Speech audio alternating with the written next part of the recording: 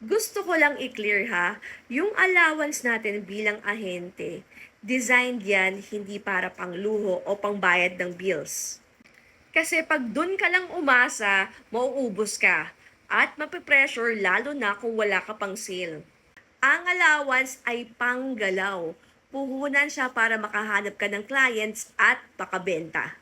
Ginagamit siya sa pamasahe papunta sa site trippings or mannings, pang food allowance mo kapag nagmamaning ka, pang coffee-coffee mo para sa mga clients, para sa load, internet, data, at para sa pagpo-post ng listings, pag-attend ng meetings or mga pa-general assemblies ng mga superiors. Kasi tandaan mo, presence creates opportunities.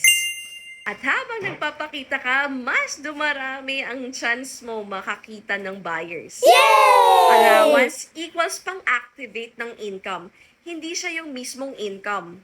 At ito pa, real talk. Marami ang mga ahenteng natatrap sa tinatawag na moonlighting.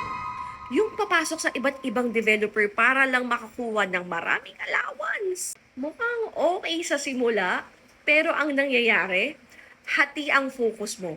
Iba't ibang project, iba-ibang sistema, wala ka ng mastery, kaya nahihirapan kang makaklose. Mas delikado pa, pag nahuli ka, pwede kang maban. Ma-terminate ng mga developers at boom! Yung mga commissions mo, hindi mo na makukuha.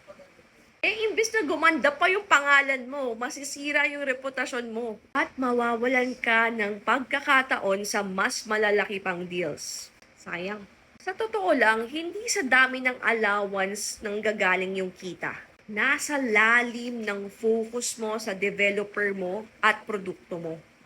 Doon ka nagiging confident, doon ka nagiging expert, doon ka nakakabenta ng tuloy-tuloy. Kaya kung papasok ka dito, please, wag mong gagawing safety net lang yung allowance. Gawin mo siyang stepping stone sa totoong goal na makabenta, kumita, at maging consistent.